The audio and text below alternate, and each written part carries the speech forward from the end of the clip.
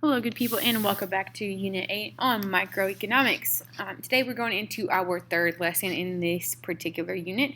So thus far we have done types of economies and demand, and now we're moving on to supply. Typically you hear supply and demand in like a combo pack, and you usually hear supply listed first, but demand is a little more simple, so we do that before we talk about supply. So let's go ahead and get into it. All right. So a supply curve, this should be on your note sheet, needs to look like this, is the amount the producer is willing to sell at all possible prices. Okay, we're going to bounce around your note sheet just a little bit. So in the little axis that you have, I want you to make sure that you label the y-axis P for price and the x-axis Q for quantity, and make sure your supply graph soars up like Superman. I know it's lame, but whatever, it'll help you on your test and your quiz. Okay, so I'm going to talk about how many of you would sell, not buy, sell, because this time as a supplier, you are a producer of a good or service and not a consumer. You are the person who creates or sells the good or service. You don't consume it. You're trying to make some cash, okay? So how many of you would sell a large pizza for these prices? Are you willing for it to be free? Probably not. Are you willing for it to be sold a dream pizza, if you will, for $5? Most likely not. You'd probably want to be over here in the $20 range. If you know you can get $20 for it, don't settle for 10 or 15. You as a producer, you as a seller, are trying to make sure that you get the absolute most money possible for your goods or services that you want to sell. Now, on the flip side of that, somebody who is demanding this product, a consumer, is going to want to buy it at the least possible price, because you know the law of demand says that as you increase in price, their willingness to buy a good or service decreases. Yes. So there are three particular reasons that supply changes, and we can remember these as PET, P-E-T. So the first one is a production cost. So if you're out here like, well, the beats that I'm wearing on my head cost $200. That's false. They cost $13 to make. That pair of headphones cost $13 to make, which means that over $100 of that particular transaction goes towards straight up profit. Is going to Dr. Dre. It ain't going to you. Okay?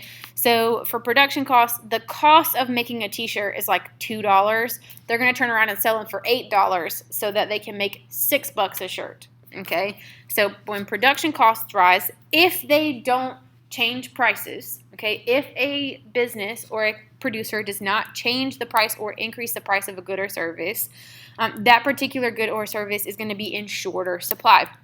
So for example, let's say we're talking about, I don't know, corn, okay? If we're talking about canned corn from like Jolly Green Giant or wherever, or like Del Monte Foods, if all of a sudden something happens so that the supply of corn is smaller than normal, instead of increasing the price of a can of corn, there is just going to be less corn on the shelf. Okay, so production costs could be a reason that supply changes. This could also be the opposite. So let's say, for example, the cost of tomatoes decreases significantly. The amount of pizzas that Tony's Pizza is willing to make, or the amount of pizzas that Michelangelo's or whoever else that you go for pizza makes, they are going to increase. So your supply can increase or decrease based on your production costs.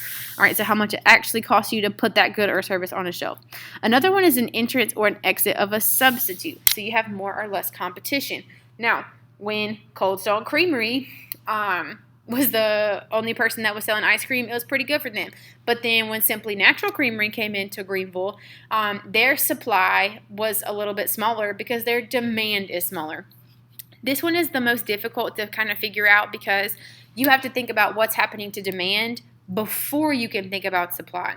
So for example, if they normally get 500 people in Cold Stone in a day, and now that Simply Natural Creamery has opened up around the corner, they only have 200 people there in a day, they are not going to produce the same amount of ice cream.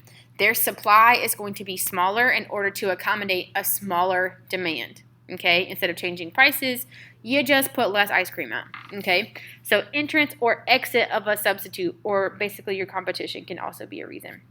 Or technology. Let's say, for example, you have a new oven in a bakery that allows you to bake 50 cupcakes at a time instead of 12. Now you can increase the amount of product on the shelf. All right, so let's look at how this is on a graph. So go ahead on your bottom right-hand corner, I think it is. Go ahead and draw your supply curve. Notice how it is the opposite direction as your demand curve. So it soars up like Superman, okay? And again, we rise to the right, we lower to the left. All right, so let's go through your examples. What happens is the supply of Tony's Pizza after the cost of tomatoes goes up? Would this rise to the right or would this lower to the left? If the cost of tomatoes goes up, it would lower to the left, and the reason here would be production costs. All right, and then what happens to the supply of Tony's Pizza after Michelangelo's closes? Also, just a side note, if you need to pause and rewind, that's totally fine. All right, so if Michelangelo's competition for Tony's Pizza, if Michelangelo's closes and there's less competition for Tony's Pizza, let's think about what's going to happen to demand. If there are less pizza options, that means that people are more likely to come to Tony's Pizza, and therefore he needs more pizzas to keep all these people happy. So it's going to rise to the right. We draw our new supply to curve here. The reason would be exit of a substitute. All right, and then what happens to the supply of Tony's Pizza after Tony buys a better, larger double oven? If he can put out 50 pizzas in a day beforehand, but now he buys a double oven so he can put out 100 pizzas in a day, what has happened to his supply? I hope he said that it rises to the right. So we put a little arrow out here, rise to the right, and draw our new supply to, and this reason would be technology. All right, let's talk about elasticity just real quick, fast, and in a hurry. This is the extent to which supply changes when price changes. So just like we talked about in our previous lesson about demand, supply, the curve does not necessarily have to be nice and pretty. It could be real shallow. It could be real steep. It just depends on if something is a need or a want, okay? Now, if supply is elastic, if it's stretchy, that means that whatever good or service you're producing is a want, okay? Like a cookout shake. All right, so a price change has a big effect on the supply. Oh my gosh, that should be E. Okay, I thought I had spelled something wrong. Whew, I was very stressed. Okay, so here's our supply curve. Notice how it's real shallow. Okay, so a small change in the price has a big effect on the supply. So let's say, for example, we're talking about a cookout shake, and this is point A right here and point B over here. You are at point A right here, and it's $2.65 like it normally is. Don't ask me how I know how much a cookout shake is. Mind your business.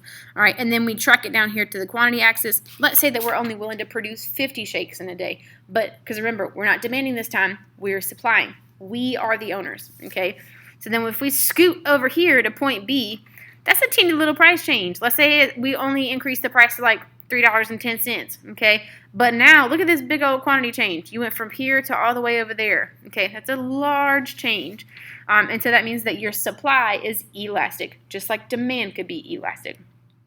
Now, on the other hand, if supply for this good is inelastic, which means you are selling a product that is a need, a big price change has a very small impact on supply. So, for example, see how steep this is. All right, just like we're talking about inelastic demand, inelastic supply and demand is very skinny, and it looks like an X, like this. Okay, so for example, if we're talking about a gallon of gas, at the beginning of quarantine, gas was like $1.38 a gallon. Okay, you were willing to sell 1,000 gallons.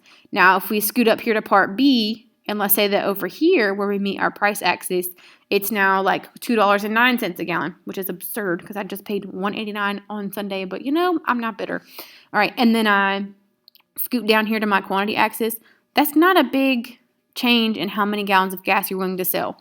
No matter what happens, if you have an inelastic supply and demand, whatever you're buying, people will still buy even if times get tough because they still need that product, okay?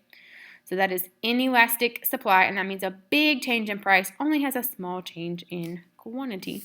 And we'll pick up equilibrium in our next lesson.